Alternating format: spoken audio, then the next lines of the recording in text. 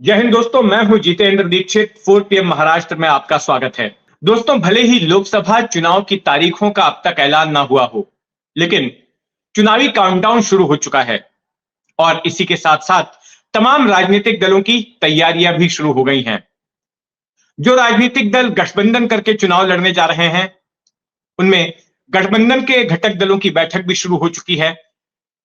Seat sharing को लेकर बात हो रही है और कुछ एक पार्टियों ने तो जमीनी तौर पर अपनी चुनावी मुहिम शुरू कर दी है और इसमें एक बड़ी पार्टी है इंडियन नेशनल कांग्रेस। कांग्रेस ने कल के दिन ही अपनी चुनावी कैंपेन की शुरुआत की, चुनावी मुहिम का आगाज किया और इसके लिए वेन्यू चुना गया महाराष्ट्र के नागपुर शहर को। नागपुर उत्तर पूर्वी महाराष्ट्र के विदर्भ क्षेत्र में आता है और नागपुर की अहमियत यह है कि ना केवल ये एक ऐतिहासिक शहर है, बल्कि नागपुर में ही आरएसएस का, राष्ट्रीय स्वयंसेवक संघ का मुख्यालय भी है और यहीं पर दीक्षा भूमि भी है, जहां पर डॉक्टर बाबा साहेब आंबेडकर ने बौद्ध धर्म की दीक्षा ली थी। तो इस ठिकाने को चुना गया कांग्रेस की ओर से और यहां पर राहुल गांधी और कांग्रेस अध्यक्ष मल्लिकार्जुन खड़गे ने कार्यकर्ताओं को संबोधित किया। मैदान में करीब 60,000 के आसपास कांग्रेस कार्यकर्ता मौजूद थे और मंच से बीजेपी और आरएसएस को निशाने पर लिया गया। यह कहा गया कि आरएसएस देश को गुलामी की ओर ले जा रही है और साथ में राहुल गांधी ने यह भी घोषणा की कि अगर उनकी पार्टी सत्ता में आती है तो जातिगत सर्वे कराया जाएगा, जातियों का सर्वे उनकी सरकार करवाएगी। तो इसी के साथ शुरू हो गई कांग्रेस की चुनावी कैंपेन, जिसका शीर्षक दिया गया, जिसका नाम दिया गया है तैयार हम। लेकिन कांग्रेस के साथ साथ अब बाकी की जो पार्टियां हैं, और खास करके मैं महाराष्ट्र की बात करूं तो उन्होंने भी अपनी तैयारी शुरू कर दी है और अब आने वाले हफ्ते भर में ही ये तमाम पार्टियां भी जमीनी स्तर पर सक्रिय नजर आएंगी। इसमें से शिंदे गुट की जो शिवसेना है, जो फिलहाल सत्ताधारी गठबंधन का हिस्सा है, वो 6 तारीख से एक चुनावी कैंपेन अपना शुरू कर रही है और जिसका नाम दिया गया है शिव संकल्प यात्रा।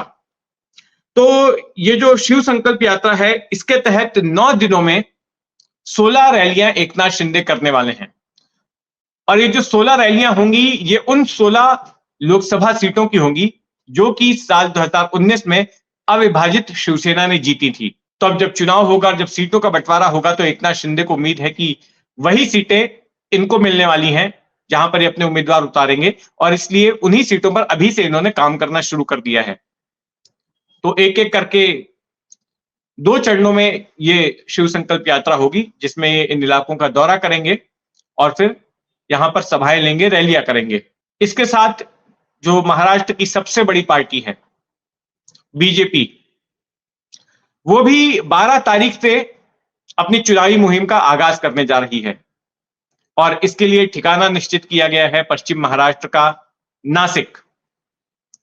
नासिक से ये उम्मीद की जा रही है, जो सूत्र बता रहे हैं, कि प्रधानमंत्री नरेंद्र मोदी बीजेपी की राष्ट्रीय चुनावी मुहिम की शुरुआत यहीं से करने वाले हैं और वे स्वयं इस मौके पर आ सकते हैं। हालांकि अब तक इसकी पुष्टि नहीं हुई है, लेकिन 1-2 दिनों में इसकी पुष्टि हो सकती है और 12 जनवरी से बीजेपी भी अपना काम जमीन पर शुरू कर देगी और देवेंद्र फडणवीस, जो कि राज्य के उप मुख्यमंत्री हैं, वो तमाम जिलों में जाकर रैलियों को संबोधित करेंगे। इसके अलावा अगर विपक्ष की बात करें तो शरद पवार पहले से ही निकले हुए हैं दौरे पर, जगह जगह घूमकर वो रैलियां कर रहे हैं। उनके पोते रोहित पवार ने भी हाल ही में एक यात्रा निकाली और दूसरी तरफ जो वंचित बहुजन आघाड़ी है, जो कि इंडिया गठबंधन का सदस्य बनना चाहती है, जो कि महाविकास आघाड़ी का सदस्य बनना चाहती है, उसके नेता प्रकाश आंबेडकर भी अपनी चुनावी रैली शुरू कर चुके हैं और सभी 36 जिलों में घूम घूम कर वो रैलियां कर रहे हैं। उनका कहना है कि बीजेपी ने जो मिशन 45 रखा है उसको ध्वस्त कर देंगे और कम से कम 30 सीटों पर वो बीजेपी को, उनके उम्मीदवार हराएंगे। उन्होंने ये नहीं कहा कि वो खुद कितनी सीटें जीतेंगे, लेकिन 30 सीटों पर बीजेपी को हराने का इन्होंने टारगेट रखा है।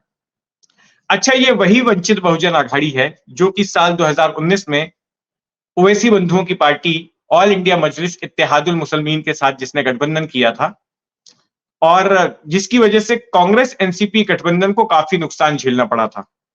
हालांकि एमआईएम को सिर्फ एक ही सीट हासिल हो पाई औरंगाबाद में, लेकिन इस गठबंधन ने राज्य के तमाम इलाकों में डेंट किया कांग्रेस एनसीपी के गठबंधन को, और जिससे बीजेपी शिवसेना का गठबंधन सत्ता में आ गया, उसे जीत हासिल हुई।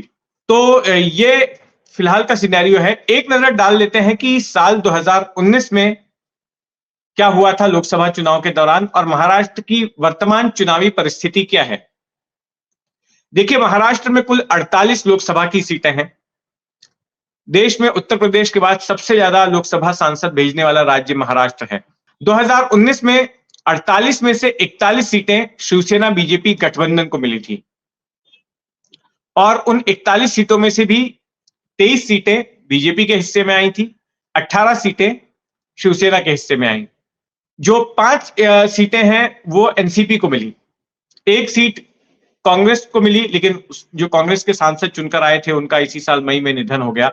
तो फिलहाल महाराष्ट्र में कांग्रेस का एक भी सांसद नहीं है और एक सीट निर्दलीय सांसद को मिली। तो इस तरह से कुल 48 सीटों का ये बाइफर्केशन था।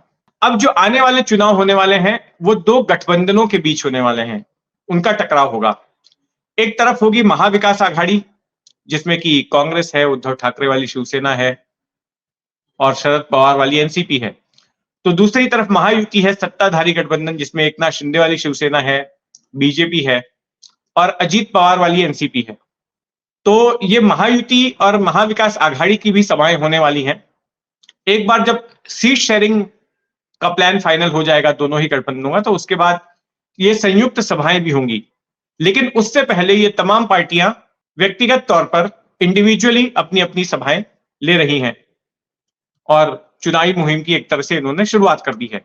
तो महाराष्ट्र की सियासत में जो कुछ भी आगे हलचल होगी उस पर हमारी नजर बनी रहेगी। आप भी अपनी नजर बनाए रखें 4 PM महाराष्ट्र पर, और अगर आपने अब तक इस चैनल को सब्सक्राइब नहीं किया है तो सब्सक्राइब कर लें और इस खबर पर आपकी जो भी राय हो कमेंट बॉक्स में जरूर लिखें। जय हिंद।